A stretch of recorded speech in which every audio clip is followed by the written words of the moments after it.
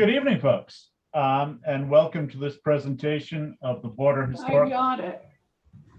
And I hope you enjoy tonight's presentation. It's part of a string of presentations put together by the Border Historical Society, and more especially by the fine efforts of Pam Beveridge, who beats the bushes for speakers to talk on issues on Canadian history or American history or cross-border history, and all those good things. And we sincerely hope you will join us in the Border Historical Society. It is a very reasonable 10 Yankee dollars per year in terms of a membership, and we would love to have you help us to support this speaker series.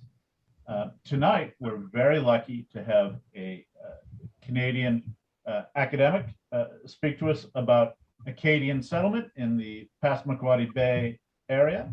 Professor Maurice Basque was born in Tracadie in the Acadian Peninsula of New Brunswick. He is a historian and scientific advisor at the Institut d'études Acadiennes of the Université de Moncton in Moncton, New Brunswick. He published numerous books and articles on Acadian history and culture, and contributed to, get this, a staggering 25 documentary films, which is very impressive. The French government has awarded him the Medal of Officer of the Order of the Palmes Academiques in 2019, following an earlier award in 2003 when France made him Chevalier of the Order of Arts et Lettres. Professor Basque talk tonight will focus on the history of the French presence in the Passamaquoddy Bay area, from the first French settlement on St. Croix Island in 1604 to the Peace of Utrecht in 1713. The career of Jean Serrault de Saint-Aubin, Seigneur of Acadian, Passamaquoddy, will be particularly examined. And on that note, Professor Basque, I'll let you go. Would you like the PowerPoint presentation to start now? Or would you like? We could maybe start with the first image, the first. Okay.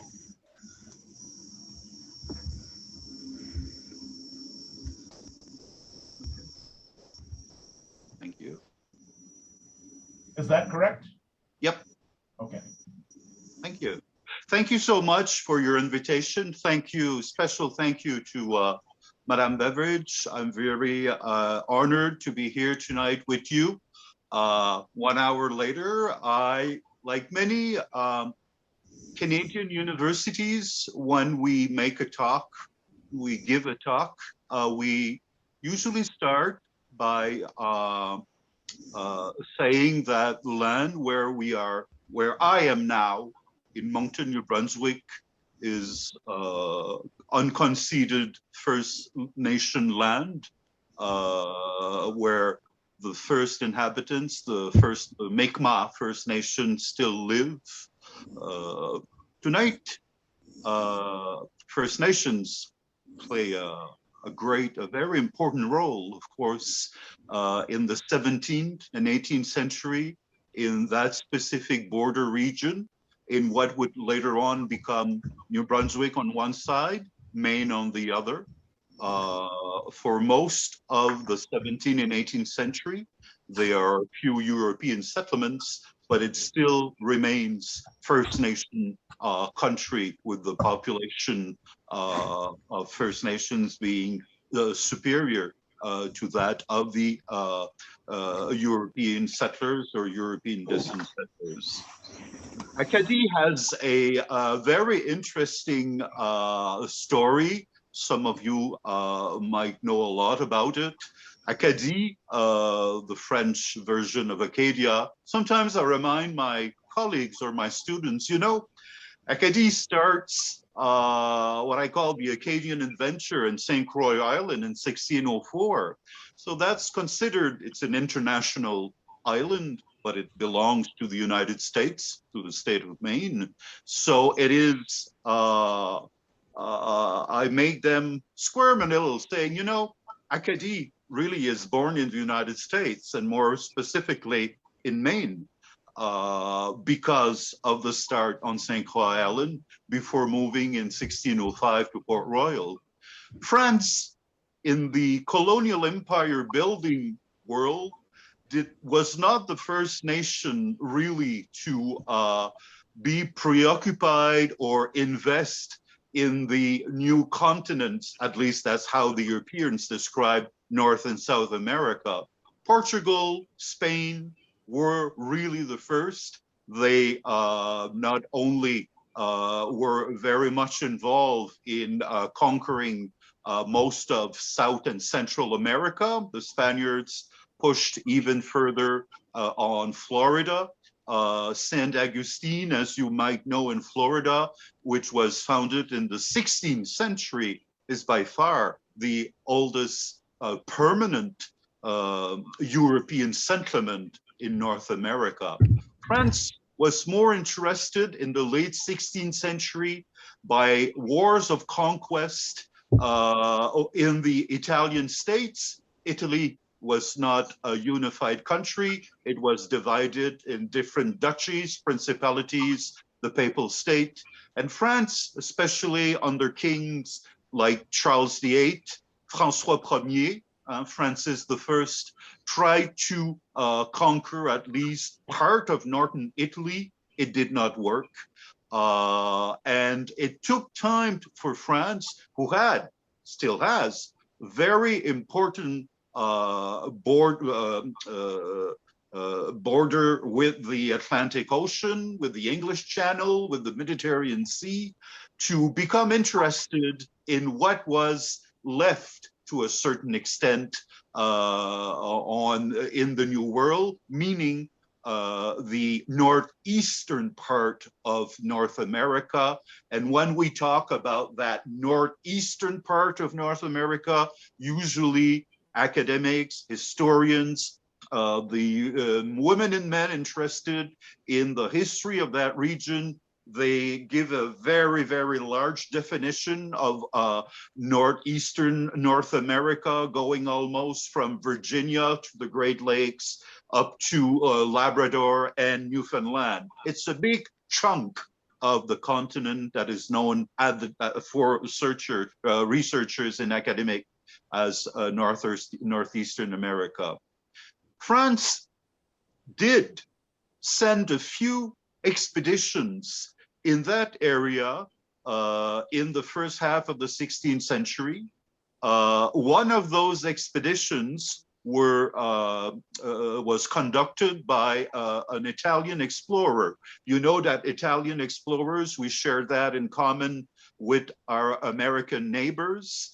It was an Italian explorer who gave his first name to America, Americo Vespucci, and it was an Italian explorer, Giovanni da Verrazzano, who not only gave his name to a bridge, but he also was the first in 1524 to inscribe on a map, probably on the region of Washington, D.C., Maryland, the name Arcadia.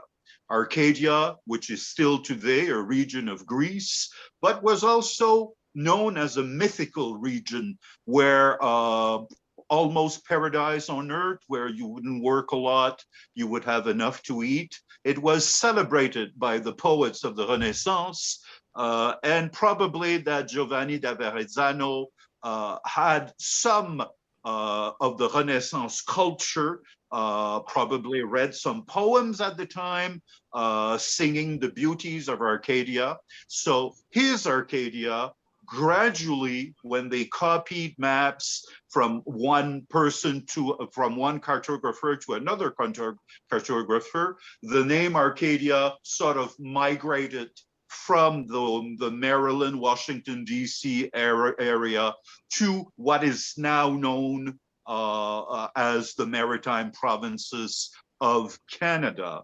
From Arcadia, we got l'Acadie in 2 words, and then it was Acadie that became the standard spelling of Acadie, I-E. So Acadie, Acadia in English. For a long time, though, the people would refer to what would become the Acadians in French as Cadiens without the A. So when they arrived in Quebec after the Acadian expulsion, they would, the Quebecois in their language would refer to the Acadians sometimes as Cadiens. And of course, when they later on arrived in Louisiana, that Cadien was the ancestor, if you will, of the word Cajun that is now associated with that very dynamic musical and other aspects of the culture in Louisiana. We know that some French explorers were in the Bay of Fundy. The Europeans, and we still do the same when we go in space. We give names to places where we were never. Very few places kept their First Nation names. The French called the Bay of Fundy la Baie Française, the French Bay. And eventually it became the Bay of Fundy. Probably some of those ships entered Passamaquoddy Bay in the late 16th century. We know that there were many hundreds of ships in the late 16th century fishing off the Great Banks, the Grand Banks of Newfoundland. Ships from the Basque country of Spain and France, French fishermen, boats from the region of Brittany, which is the peninsula, and with the very vibrant culture of that region of France. English boats also with Irish sailors. Fish was a very important part of the European diet. In Catholic countries, even now, there's a tradition, Friday you eat fish. And even when the Protestant Queen, Elizabeth I of England, maintained the obligation of eating fish on Friday, so that the fishing industry of England would not be compromise with the Protestant Reformation, where people were abandoning some Catholic practices. So France is not officially really in the area of the Grand Banks, mostly fishermen, and fishermen that won't tell really where they went when they arrived back in Europe. In the last decades, historians have found proof that they were present before the 1604 expedition that settled on St. Croix Island. How do they do this? Well, they went through old records like in monasteries where the people in small fishing villages of Brittany and France would pay what they owe to the church with cod, with dry cod or salted cod, and the monks would note on their documents, this fish is from les terres neuves, from the new lands. So it is a good indication that it was not just cod caught off the coast of Brittany, off the coast of Spain or England or Ireland. It was really from what was already known as Newfoundland. I was talking earlier, then the Basque, for instance, were very present with cod and also hunting whales. Well, the whale, the oil of the whale, the meat, they had settled not permanent establishments, but certain posts up to Labrador, where they would melt the fat and some of the Basque words entered some of the First Nation groups there that still have those Basque words today. Henry IV of France, after a bloody civil war, the religious civil war between France, between the Protestants and the Catholic in France, himself was a Protestant. He was the only heir to the French crown. He conquered almost all of France, and the last city to really resist him was Paris, capital of France. And he famously said, by converting to Catholicism, that Paris was how should I say? Paris vaut bien une messe. Paris is well worth a mass. Huh? So I'll go to church, I'll convert.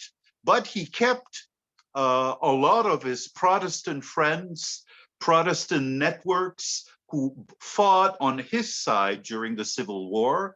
And one of his, at least someone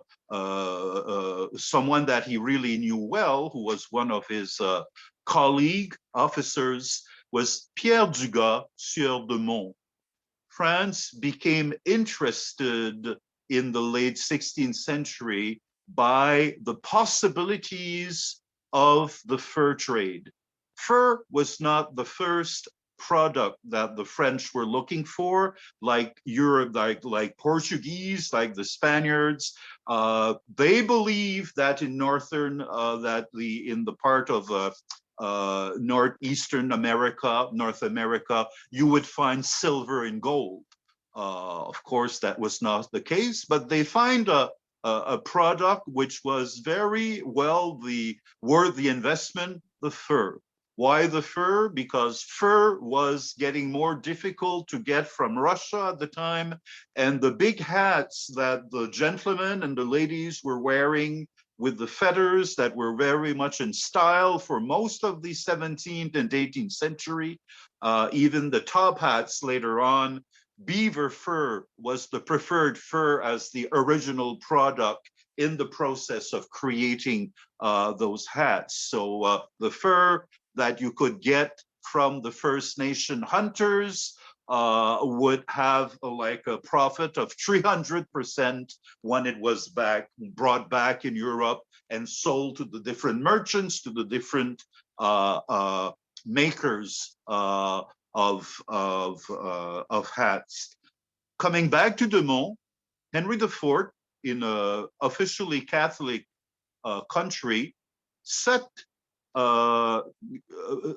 proposed the creation of a private company that will go to what would become Acadie and colonize it. And in that, those investors in return would have the monopoly of the fur trade for 10 years. Was a very interesting business.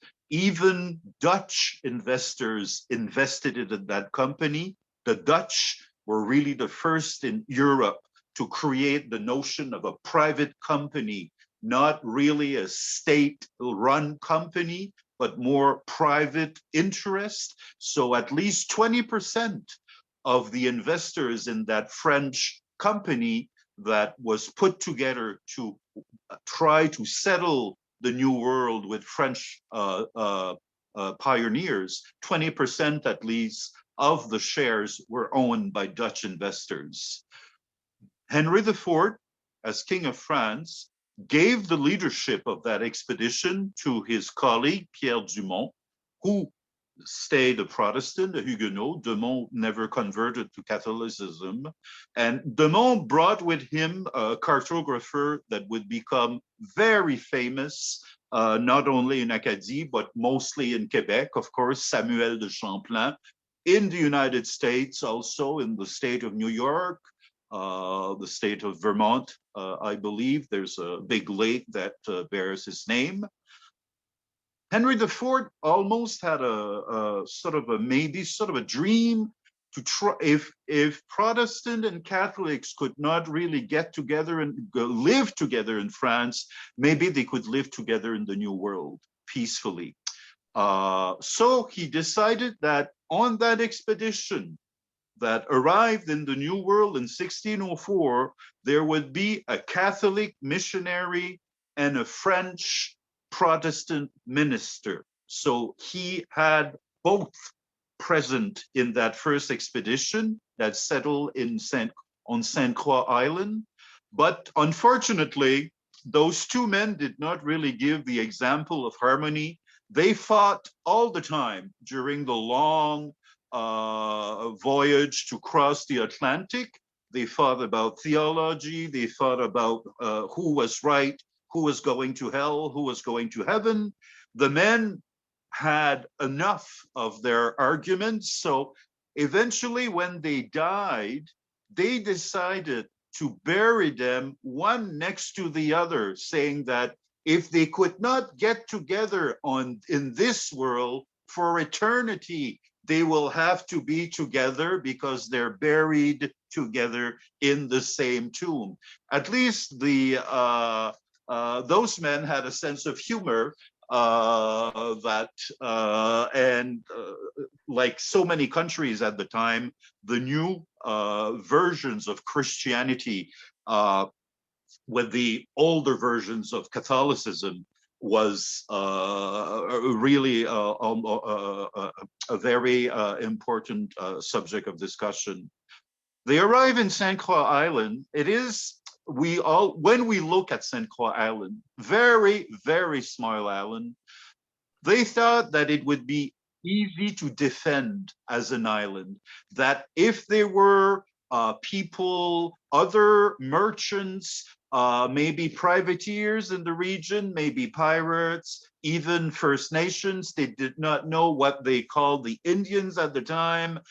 Were they going to be friendly or hostile? So that island seemed like a very strategic place to settle, at least for a few months. They built an open settlement. Some of the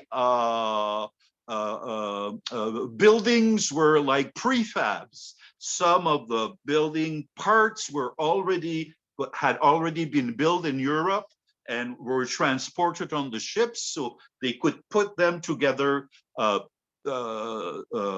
real fast. We have lots of information on those few months on Sainte Croix Island. Marc Lescarbot, a Parisian lawyer who really liked the idea of living in the New World, he was like an idealistic person, said that the name was probably given of Sainte Croix because of the different embranchments of the river that was baptized Sainte Croix, because it looked like a cross, croix meaning cross, of course, and the settlement on the island, those French men did not know that that part of North America at the time was going through a small period ice age. Snow started to fall in October of 1604, and it didn't go away. Samuel de Champlain wrote in his very detailed memoirs, books that he published about his presence and maps of the region. We can maybe go to another slide and see, it's a very well-known illustration of Champlain's drawing of the Sainte Croix Island in 1604 with the little houses. They were living together in maybe the next one. Where is it? Maybe the next. We can start with the. I'm sorry about this. Yeah, we're gonna go almost there. There you go. A very well-known illustration when you are interested in the history of Maine, Acadie, that 1604 drawing of Samuel de Champlain. Samuel wrote that the only thing that did not freeze during that winter of 1604-1605 was wine from Spain. So Spanish wine got a good reputation by keeping, and they did not have any fresh water. They could not cross to the mainland because of the ice that was not really strong enough.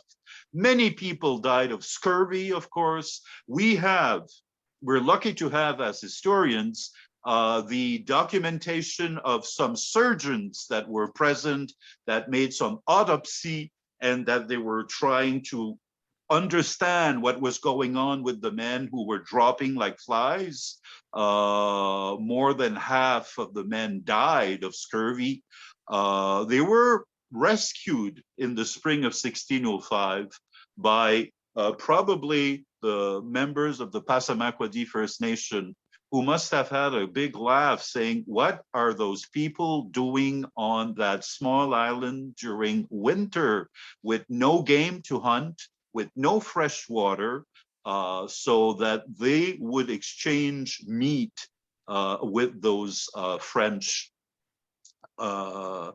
entrepreneurs. They settled in Port Royal, Port Royal in Nova Scotia the following year, a more temperate climate. But the region was not forgotten by the French. They sent expeditions trying to get the groups of First Nations to be allied with them, friendly with them. The fur trade, the first period of the fur trade in North America was most of the work was done by First Nation hunters. They were the ones who would get their canoes or hunt during the winter time, because it's during the winter time that animals with fur, like the moose and especially the beavers, their fur is at its best. It's shiny, it's thicker, I'm not a hunter, it's healthier. And though that period of the year was the period where they would hunt, kill a lot of moose, of beavers, and then bring them back to the trading posts that the French established at the estuary of the river, like the St. John River. And the idea with the settlement on St. Croix Island was it was actually in that region, in the estuary of the river, where when spring came, they would receive canoes filled with fur, and then they would exchange with the First Nations. Champlain, as one of the leaders of the expedition, became a bit frustrated with the Acadie settlements, trading posts. He decided to move on to the St. Lawrence Valley. And of course, he founded another settlement, another trading post that became a city, the capital of New France. In 1608, 1 year after the founding of Jamestown in Virginia, he founds Quebec. Quebec, from that date on, becomes the center of interest for the French governor, the French investors, the French settlements with religious congregations, people settling there. You can still see in old Quebec City real traces of that French colonial presence. Acadie becomes more or less sort of a second fiddle in the mind of the deciders of the French colonial empire in that part of what would become Canada. It still is important, but not as much as what they will find in the New World. An island which is not in actually Passamaquoddy area, but Mount Desert, which is still an important island off the coast of Maine, had its name in French Mont Désert, meaning that the small mountains on the island were deserted at the top, meaning that they had no trees on the top. That's why one French explorer named the island Mount Desert. That island received a very small Jesuit presence in 1613. Jesuit priests became really interested and really much involved in the colonial presence in both Americas. And in Acadie, like they would be more important afterwards in Quebec, in the Great Lakes area, they would try to impose their views of how trading with First Nations should work, instead of trying to convince First Nations people to convert and found a permanent village around the European settlements. They would go to the villages of the First Nations, live amongst them, learn their language, and they tried to impose a condition when a trading condition that the French traders hated. They said, if a First Nation hunter warrior wants a gun in exchange for the furs that he gets, he has to convert to Catholicism first. The English traders in New England had nothing to do with that part. They were mostly Protestants. They were there for the business. Even the guns that they were trading with the First Nations in New England, some in Maine, were of better quality than those that the French had, because they were made in Sweden. Sweden at the time was producing the best muskets, guns on the European market in that early 17th century. So French traders hated the presence of the Jesuit. That's why the Jesuits left Port Royal in 1613. They created that little settlement on Mont Désert with some of the converted First Nation. That settlement, with the one in Port Royal, was destroyed in 1613 when Samuel Argall arrived in the region, coming from Virginia, with a mandate of getting rid of the French presence in that area. There was already a start of one of the numerous English attacks on the Acadian settlements, which would last until the Acadian expulsion of the 1750s and early 1760s. Where Jean Sureau de Saint-Aubin comes into the picture, he's a French man from the Poitou region. The Poitou region is located in central Western France, and many, we believe, of the Acadian surnames that still are present today are probably originated from the Poitou region.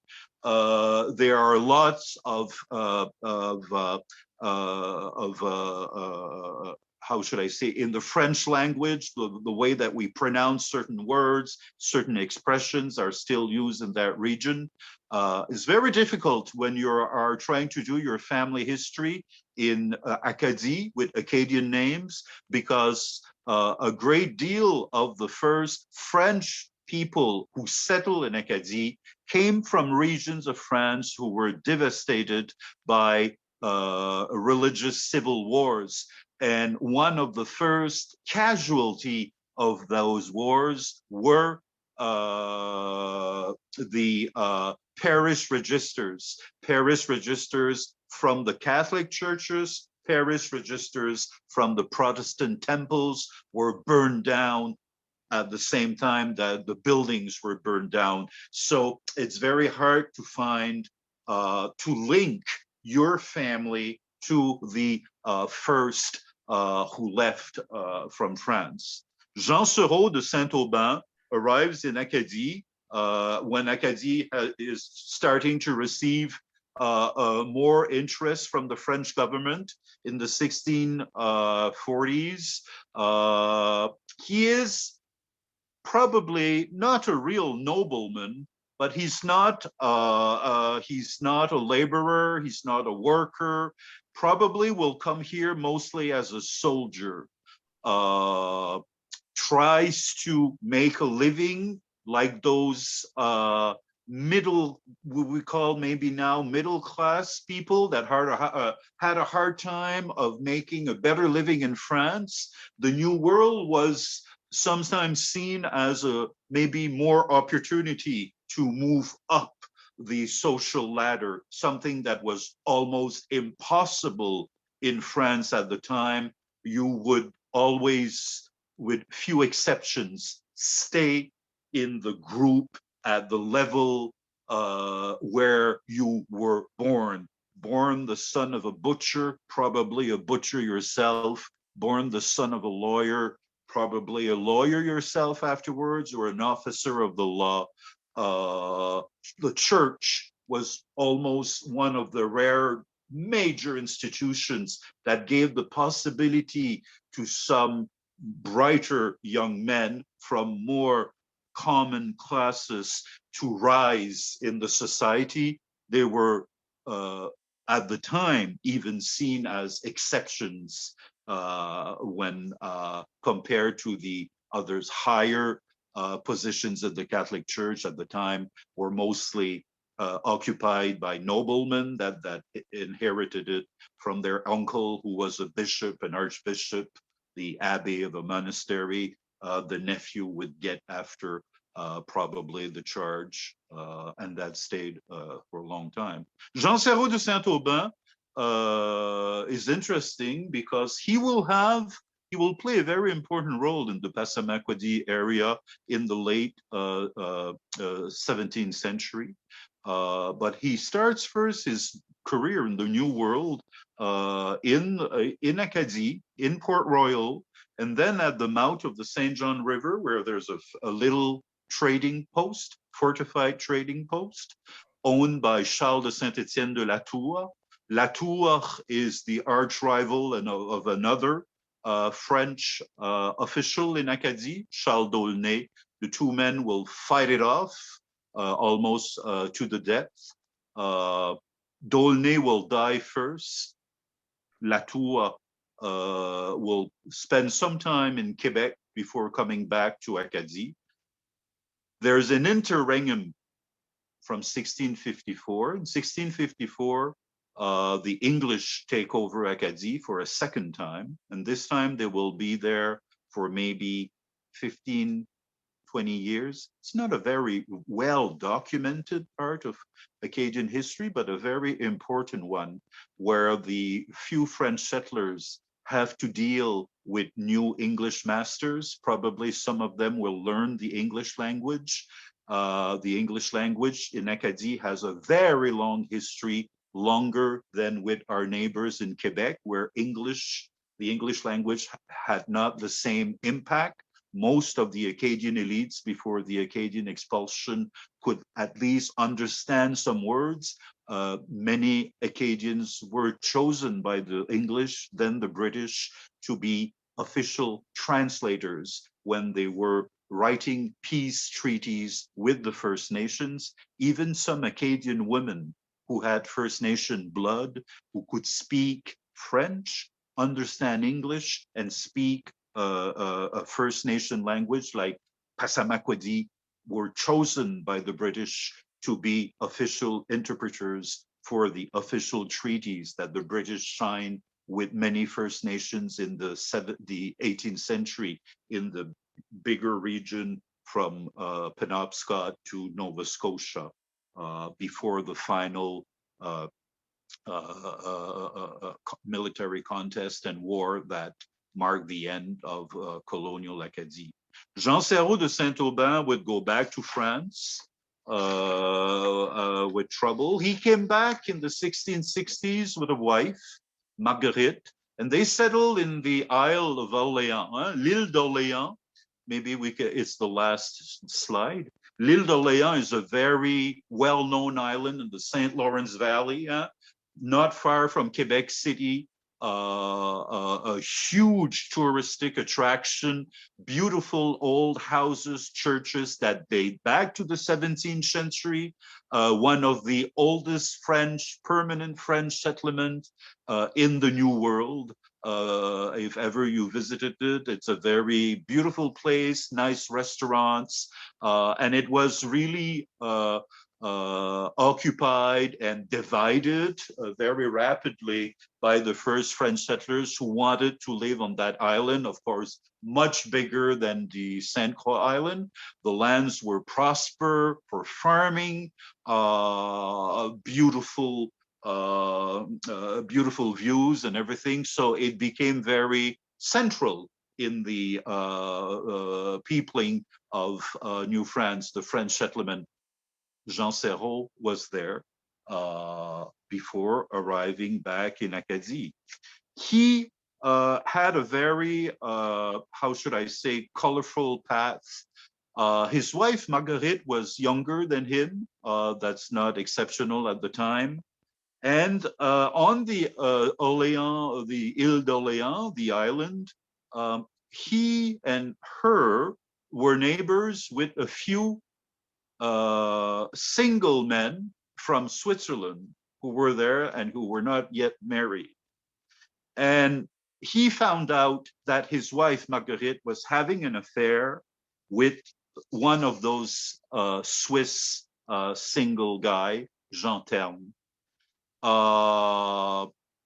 Very violent discussion broke out. She asked to leave the house and to try to settle elsewhere, not to be tempted by this Swiss single man.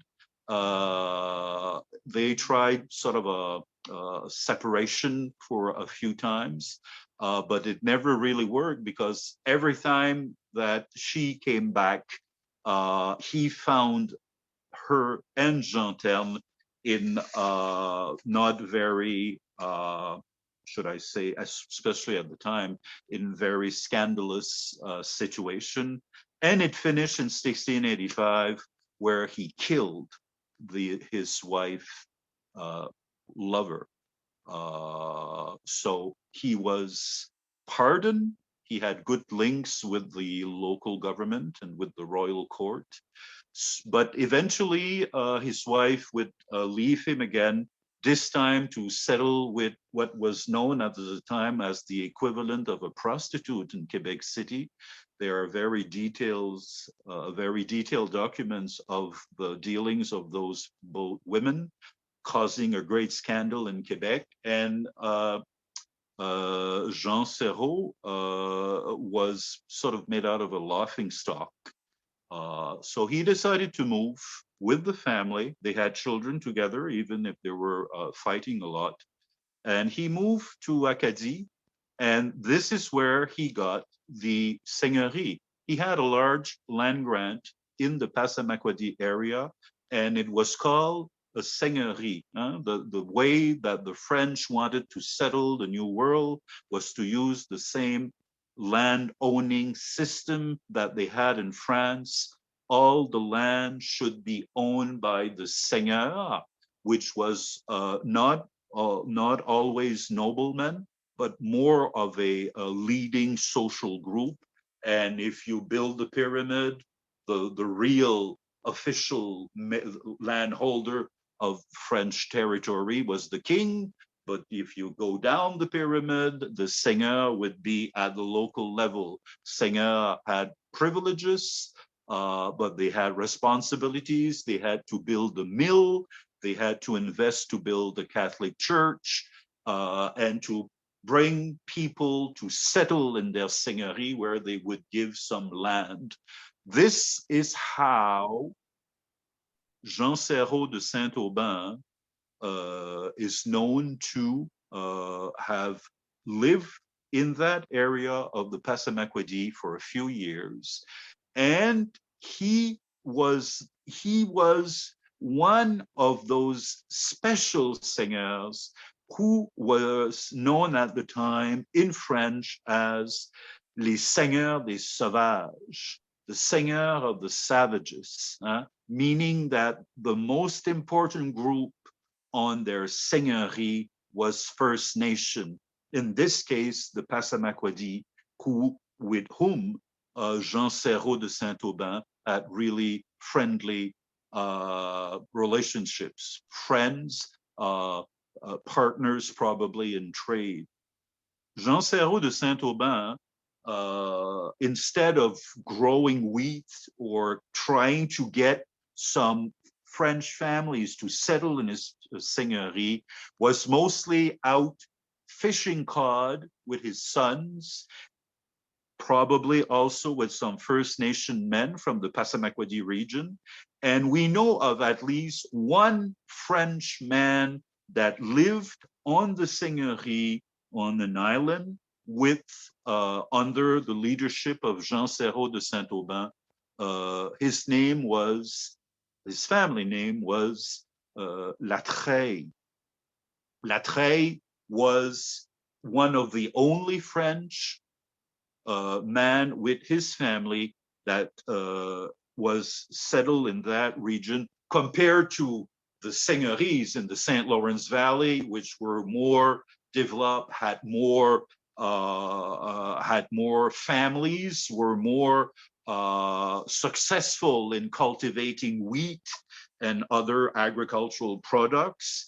The very little small seigneuries in late 17th century, what would become Maine, were more geared to fishing cod, selling cod to European ships that would cross once a year to try to get most of the cod they could to go back and sell it to the European markets, selling furs also, not in huge quantities. So those seigneurs des sauvages, which were sometimes known also as capitaine des sauvages, captain of the savages, would be wearing almost the same clothes as the First Nation. You would find them in the woods, and you would distinguish that he was white, but he would be wearing clothes made out of animal skin or animal furs, hunt like a First Nation, and be very close to them. Like another more known French figure in Maine's history, who gave his name to the settlement of Castine, the Baron de Saint-Castin. Saint-Castin arrives in Maine, what would become Maine in the 60s, 70s, marries a First Nation woman, the daughter of a renowned Passamaquoddy Abenaki chief, and he has children with her. Those children, sons and daughters, marry into other Acadian families, leading Acadian families, leading Acadian families in Acadie. One of my ancestors is from one of those women. There's a book written by Bonnie McBride, Woman of the Dawn, very interesting book where she explores those women that belong to two worlds, belong to the European world by their marriage to a white man, a French man, but also, of course, to the First Nation world, being themselves born, speaking the language, learning another language, and most importantly, acting as very important political bridges between creating alliances, defending them, transmitting their bilingual culture to their children, who then can also talk French, Passamaquoddy, or Malicite or Abenaki languages, some English. So few players, but very important, crucial players. And this is where those women emphasize the roles that they play. Again, sometimes we have a tendency to just say, the Baron de Saint-Castin, or a few white men who were like the principal actors of the time. We forget that they are acting at the same with the almost the permission of the majority group at the time, who were the First Nations, and their wives and their daughters played so much of an important role. Bonnie McBride, I think, did a great job with her book, Women of the Dawn, trying to explain what it is. Finally, Jean Serrault de Saint-Aubin would have built sort of a small trading post, maybe a fort. Unfortunately for him, his wife is still with him. That's not the unfortunate part. Unfortunately for him, his fort, his trading post, is attacked a lot of times by English privateers or by English official military expeditions that come from Boston. Boston, Massachusetts, wants to expand its territory in an official way, looking at pushing back what appears to be an unofficial border between New France, Acadie, the French colonial empire, and the English colonial empire. Will the border be the Penobscot River? Will it be the St. Croix River? Of course, the two camps have not shared, have no common view of those borders. And again, I must stress, we are in presence of a First Nation territory. The Abenakis try to live by using both the advantages of having conflicting European colonial powers. Culturally, they're more linked with the French, being baptized, wanting Catholic missionaries, many of them speaking French, having some of their family members, women, married to some leading French men.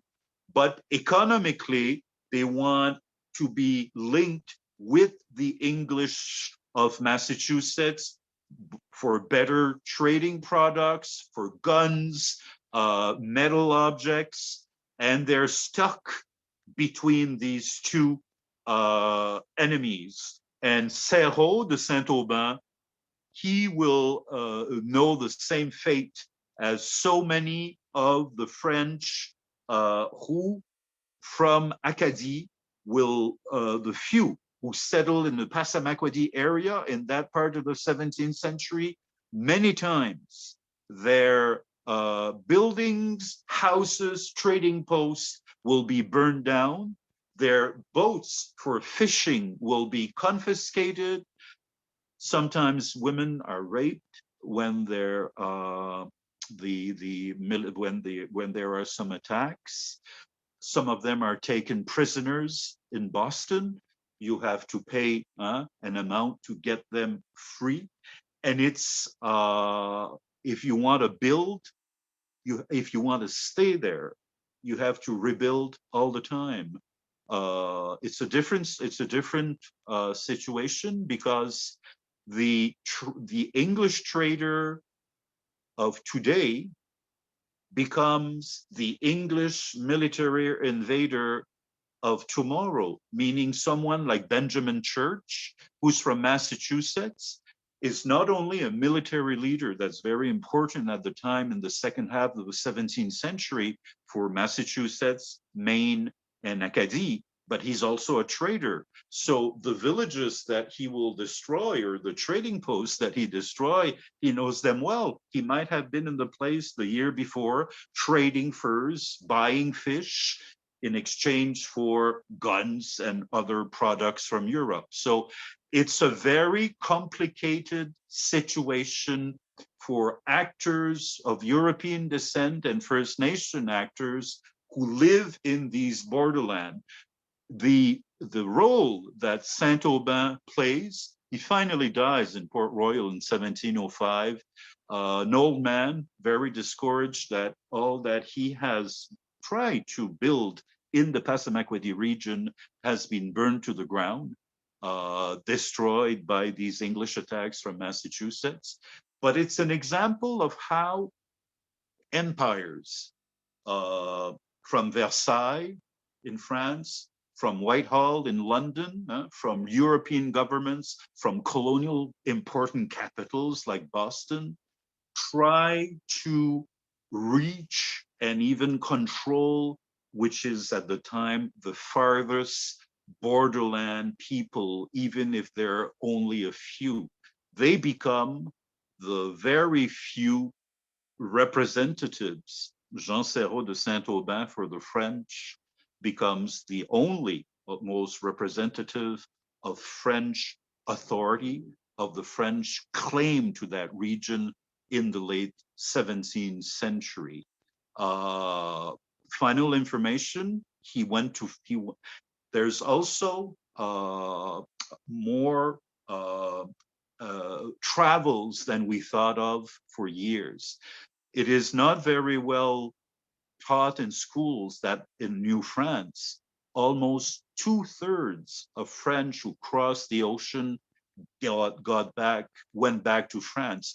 They couldn't stand the winter, and I can understand that. They couldn't stand the attacks from the First Nations. They couldn't stand the mosquitoes that they don't have in France, big mosquitoes. They just wanted to cross the ocean again. Some were very scared to cross the ocean back because the trip was horrific, and they stayed in the New World, but it was not their first choice as settlers. So you have this back and forth by many people in the 17th century, crossing back and forth. Champlain maybe made the trip 30 times, which is almost a record. In one of his trips to France, Serrault de Saint-Aubin went to Versailles, which was just opening as a new palace with all the glitter, the gold, the crystal. He met the king, Louis XIV. They had a conversation, and the king gave him sort of a document, again, sort of excusing him for bad behavior decades earlier, and sort of confirming his role as a seigneur in 17th century Acadie. This is, as a conclusion, sort of a life. It's an exceptional life, but it illustrates the different challenges, problems that you could have. A wife cheating on you many times, killing your wife's lover, getting out of it, making bankruptcies a lot along the way, having children, living with a different culture, living in the Passamaquoddy people land with their customs, with their way of looking at the world, trying to find your own way when you're in the middle of fighting empires like France and England, later on Great Britain. And I like to see in Jean Serrault de Saint-Aubin almost an illustration of what the Acadians tried to do before 1755. They tried to create a world that was their own, but finally it exploded in 1755 with the Acadian expulsion. It was a creation that could not keep up, that was not strong enough when push came to shove and the two major empires wanted once and for all to find a military solution to what would be the French presence in New France, with the loss of New France and the conquest of New France and what would become Canada in 1763. Thank you for your patience. English is not my first language. I had a unilingual Anglophone grandmother when I was young. I was very fortunate. So we learned a lot with her. I teach, of course, our university is one of only 2 universities in the maritime provinces, which is only in French. But we study, we don't study enough the history of our neighboring state, and we, like so many other cultures, when we look at the St. John River, we don't see it as if it was shared by another country or as if it belongs to Acadie. And it's the same thing with Sainte Croix. You cannot really go on Sainte Croix Island. It's protected. But we rarely see it as an American island. When we teach history, it's seen as the starting point of Acadian history and not belonging to as to quote Bruce Springsteen, born in the USA. Yeah? That's part of the Acadian story from the start. So maybe we can get him to our next Acadian World Congress in Nova Scotia as an opening act with that song. I don't know how many of my Acadian friends would enjoy it, but they have to face the fact Sainte Croix is where it is, as it always was. Maybe you have questions or comments? Yes, if anybody has a question, feel free to chime in. We'd love to have some questions. Josh, could you go through the slides, and if the professor sees something interesting, he could point it out? Sure.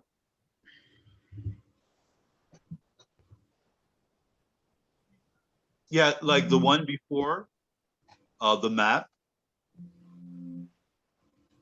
The just with the blue color, the blue, blue, red, and that other color.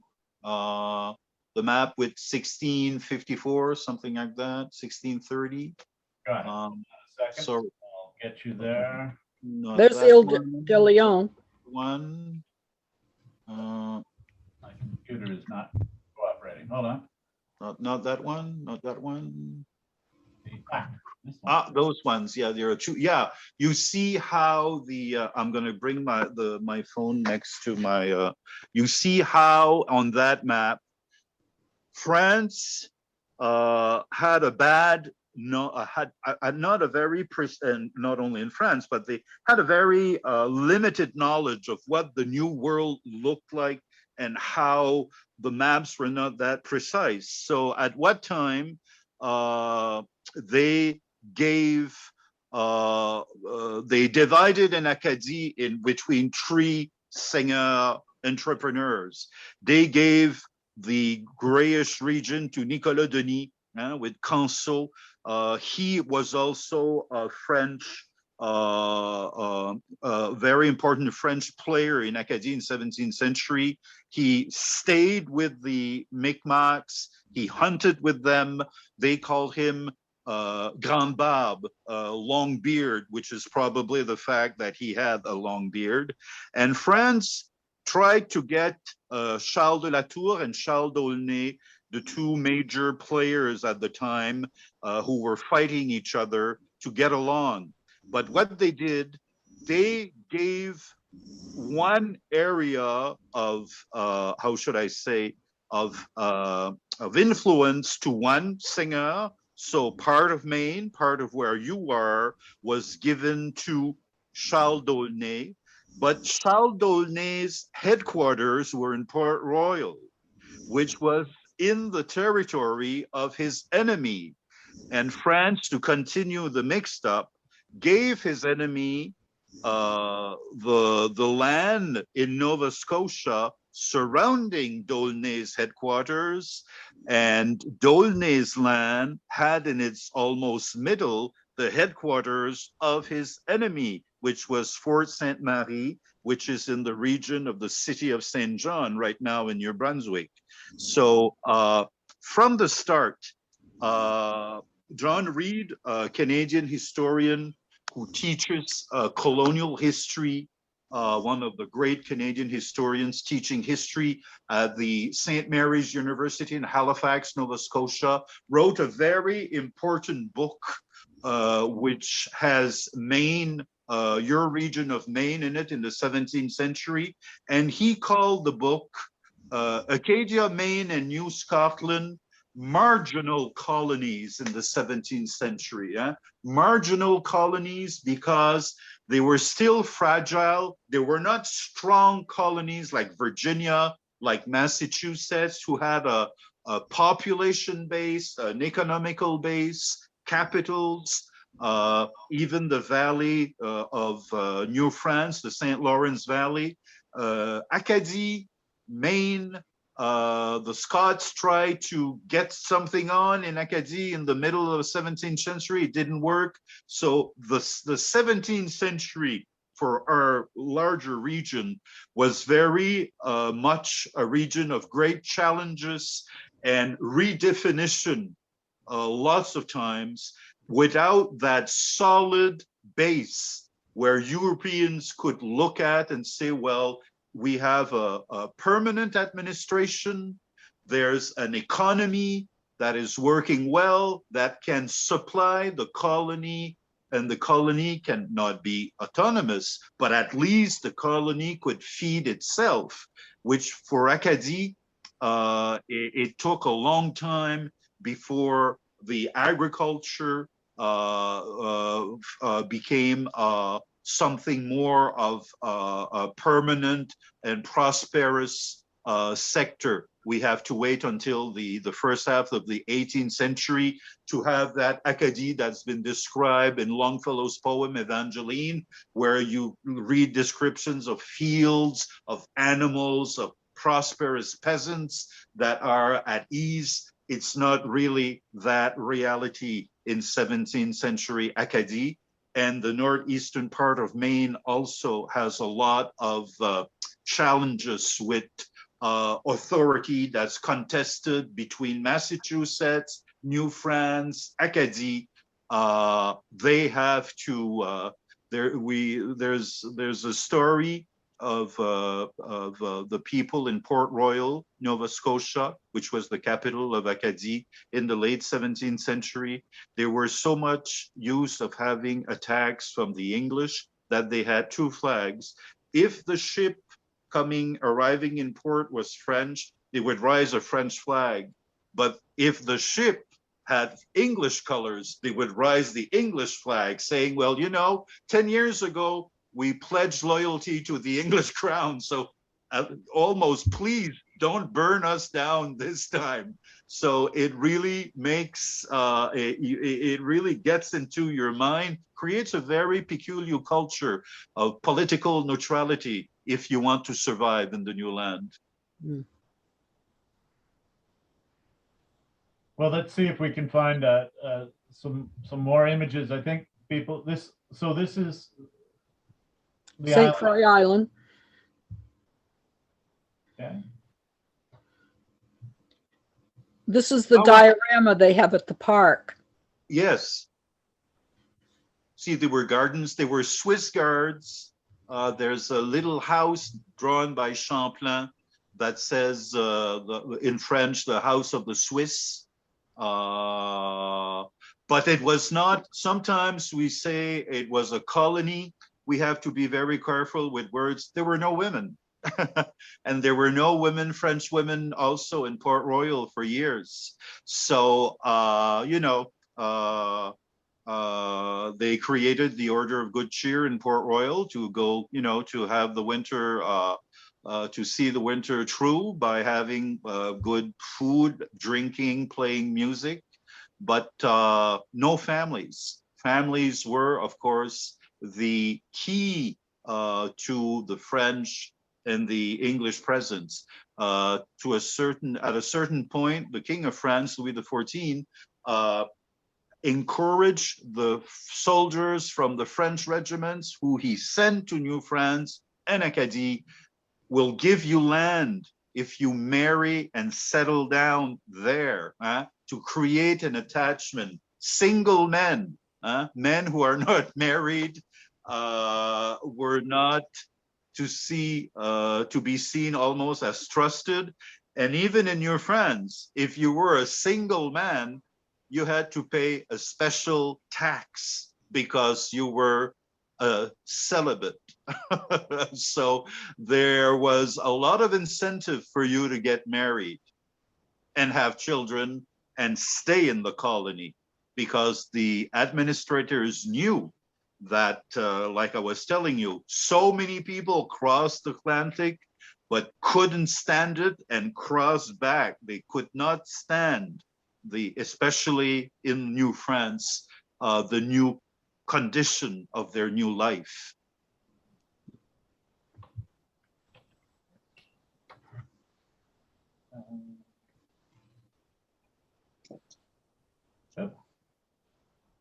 There we go.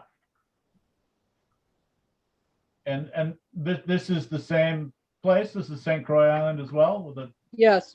Yeah, there's a Champlain. That's part of the Champlain drawing with the gardens. You see the houses with the letters, and each letter has a description on the side. When they moved in 1605, instead of having the little houses with no protection, they created what they call an habitation, a single little fort that becomes what has been rebuilt in Port Royal, Nova Scotia, as Champlain's habitation. You enter it, it's surrounded by walls, wooden walls. You have a central court, and the housing are like apartments, units that all give in the central court. You have the first apothecary that came to New France, Louis Hébert, that started taking notes on what he was finding in the New World with the plants that did not exist in France, getting information with the First Nations to how and what did they do with these plants for certain sicknesses. What is not funny, but one of the first comments that we think that we would hear from the First Nations when they see European building permanent houses would be, what are they doing with houses that they can't bring from one place to the other? They were living in wigwams that they could build, disassemble, assemble, move all the time. So why are the Europeans doing with houses that don't move? What's going to happen when they don't have any game left in this area? What's going to do? And when Champlain leaves Port Royal to settle Quebec with another habitation, well, when you see the style of habitation, structure, architecture in Quebec in 1608, it's a big, huge, big building which is fortified. So you see that even if many Quebec historians don't recognize that, you see that Champlain, along the way from St. Croix Island in 1604, 4 years later in Quebec City in 1608, he's learning how to build in the New World, concentrate for defense, and of course, wintertime, that you don't have to go outside that many times from one place to another. So you'll have, again, these big habitations, which was the base of what would become Quebec City later on. So in this image, that sure looks like an English vessel that's off St. Croix Island, right? Is that the Cross of St. George? No, that's the flag of the French Navy. I wrote a little book on the history of the Acadian flag, and at the time, it's a bit confusing. The navies have specific flags, which is not the same flag as the English flag. The French flag for a long time was only white, which is the color of the monarchy. That's why we have white in the middle of the French flag today, which with the star becomes the Acadian flag. You have the cross of St. George that is on some English boats, but many of the French merchants and then the French regiments, military regiments, you'll have a blue cross with 4 different sections. That's what inspired Quebec with its flag, with the fleur de lis in the 4 parts. They took for their flag that was created in the 1940s, the inspiration from the royal period of the French present, the colonial period.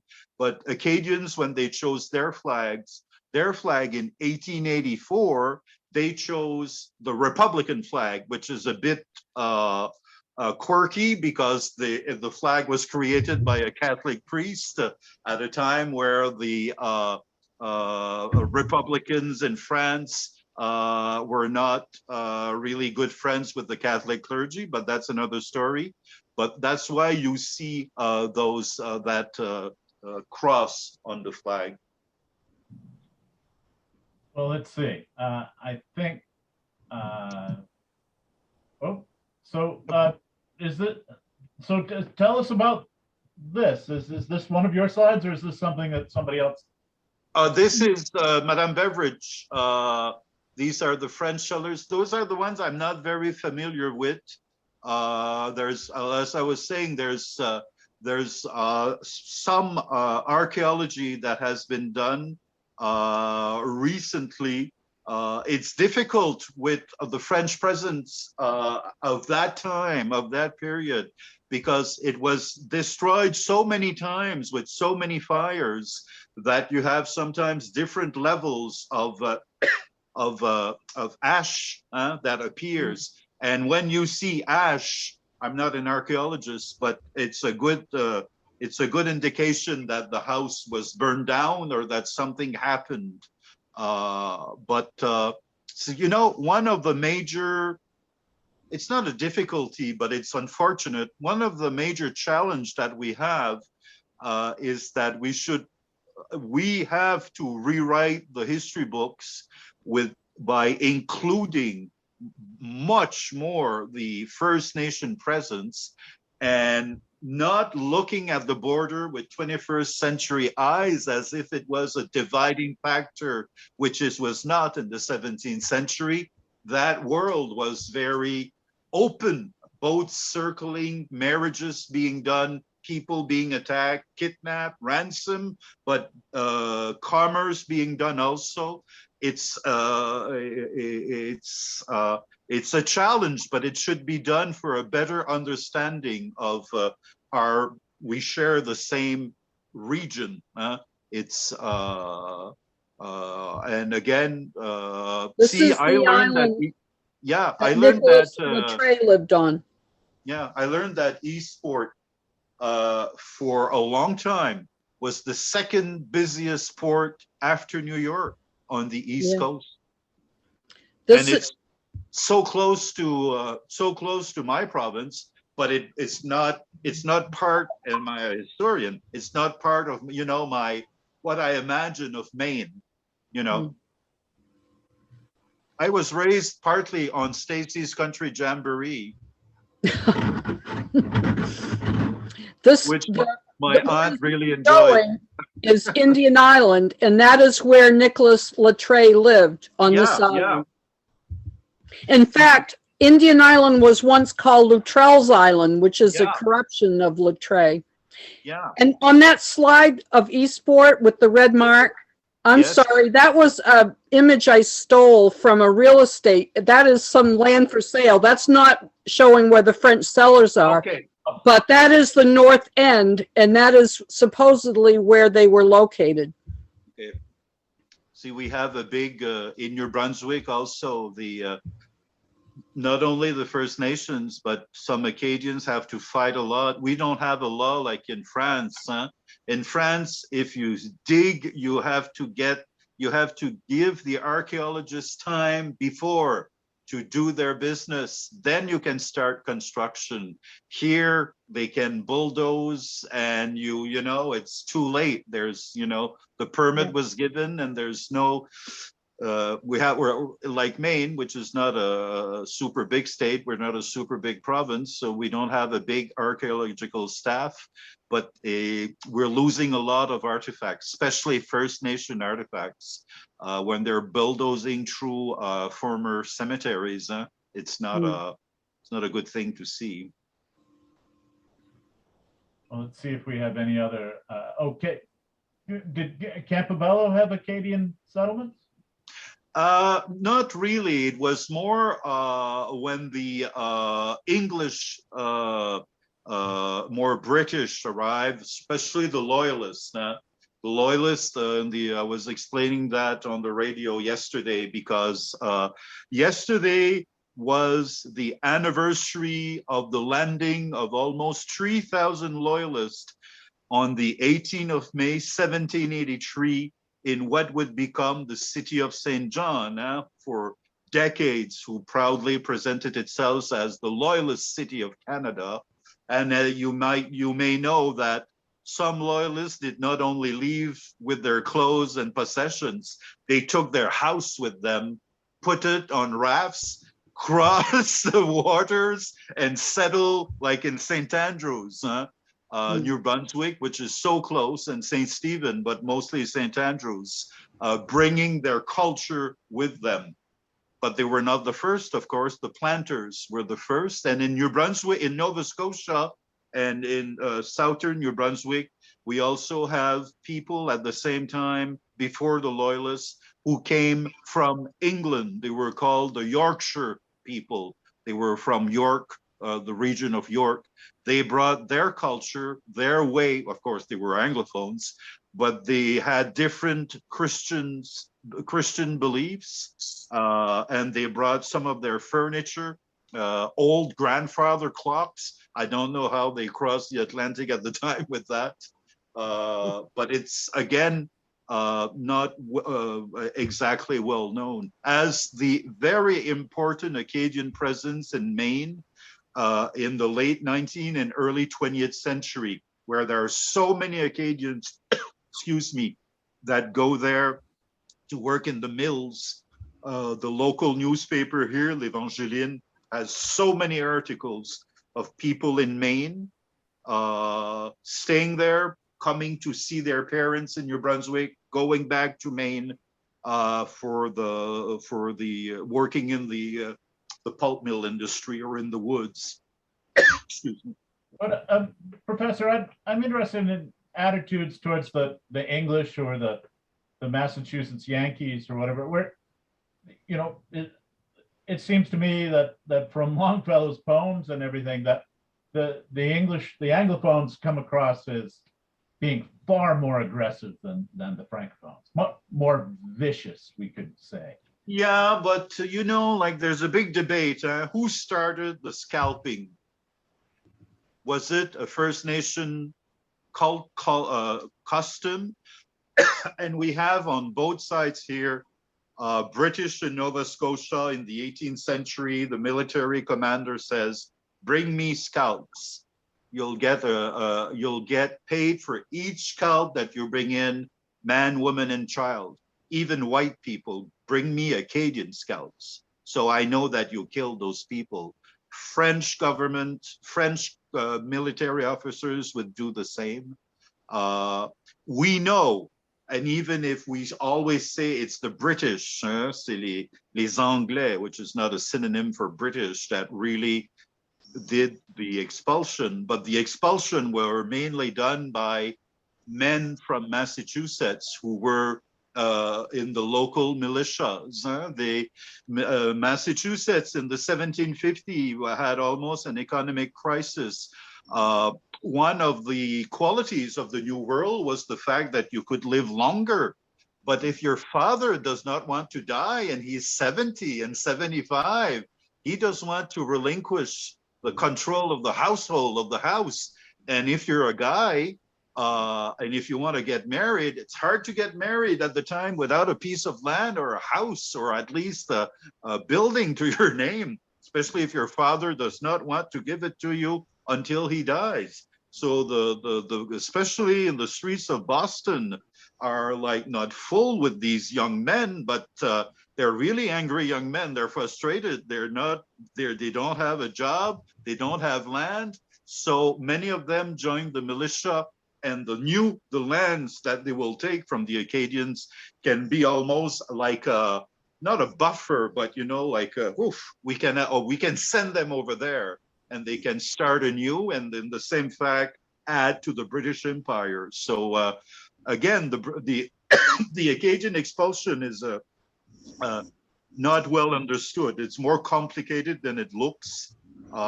Massachusetts, Longfellow's grandfather, Stephen, was a member of the House of Assembly of Massachusetts and was known as part of the Acadian lobby.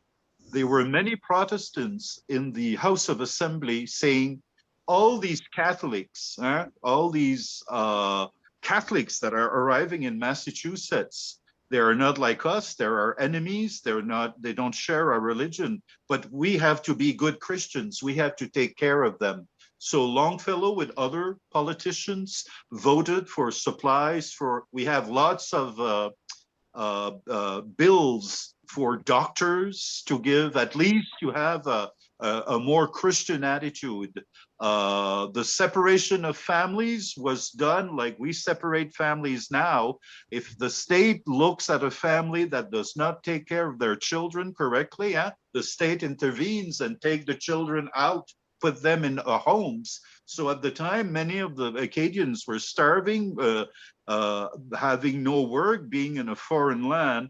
Some of their children were put to work as apprentices in other families. Some of these children grew up as Protestants, lost their culture, became Anglophones.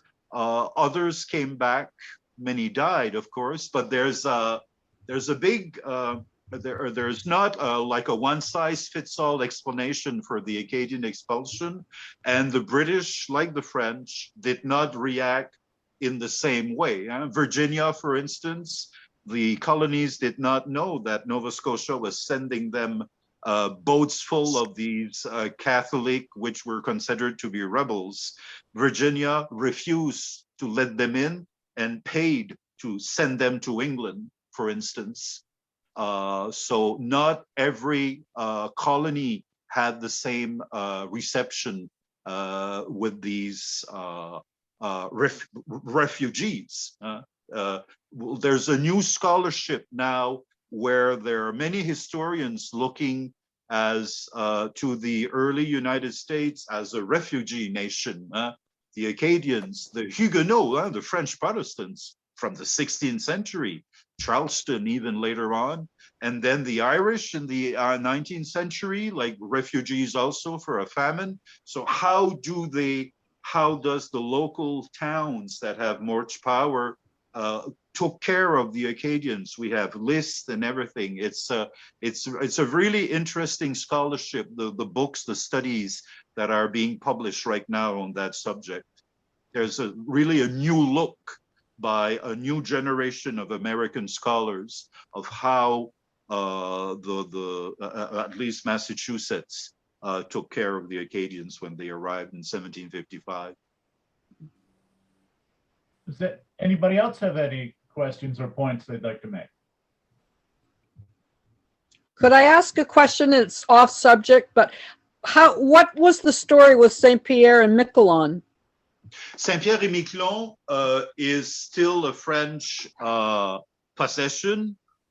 When Canada was conquered by the British, and finally that conquest was officialized by the Peace Treaty of Paris in 1763, France wanted to keep what was the most profitable economy at the time, not the fur. The fur had fell down like in the early 18th century. It was the fisheries. So it wanted to keep at least one little archipelago for its fishing fleet.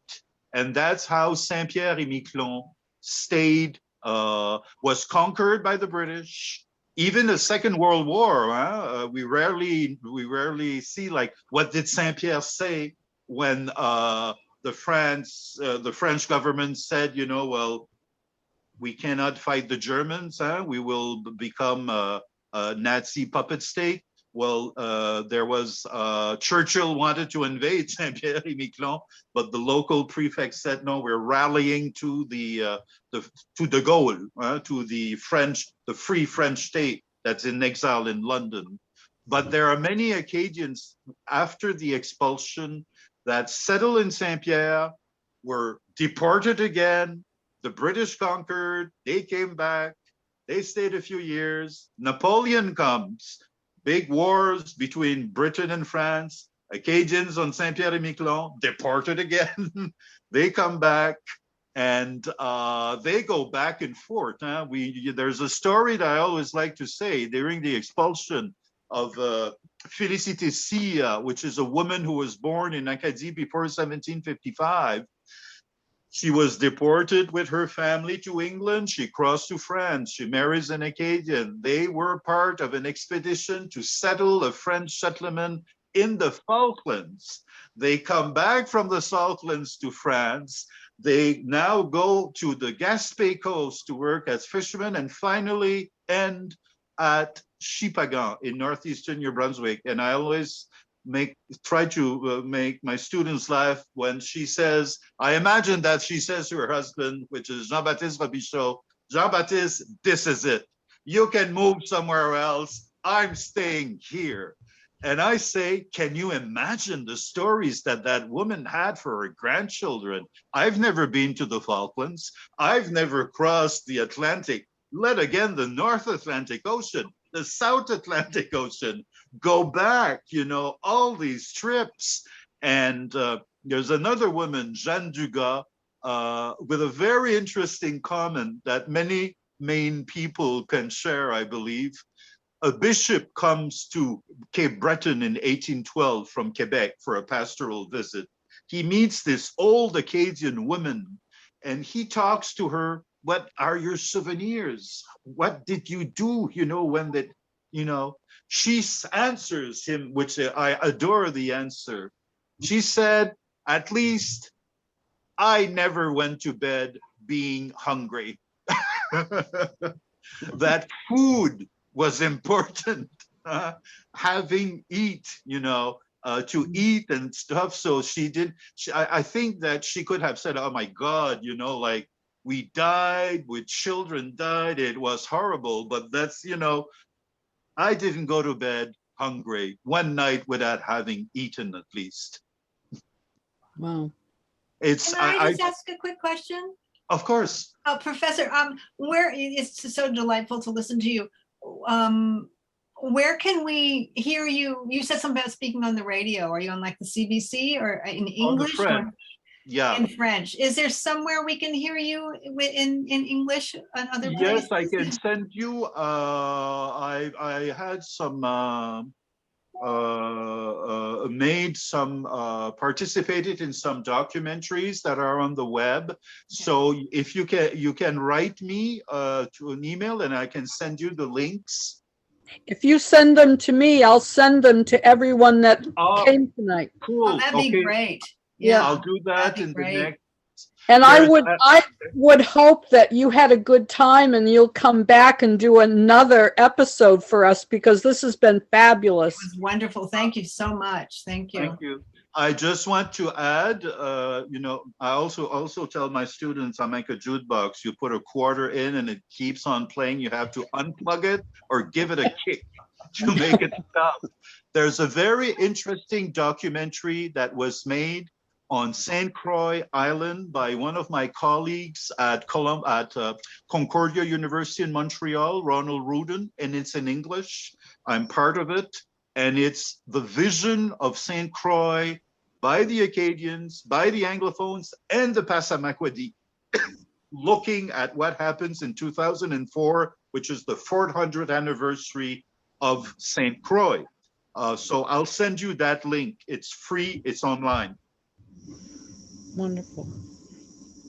Thank you so much. I'm very honored, and I thank you for your patience, and hopefully you'll come visit us. We have a nice museum on our campus, and I hope to go and have a better knowledge of Maine than Stacy's Country Jamboree. Thank you, Professor Basque. That was a wonderful presentation, and I thank you everybody for being here and listening to this wonderful talk. And we hope to see you at our next presentation. I don't think we have a plan for that just yet. Do we? Yes, we do.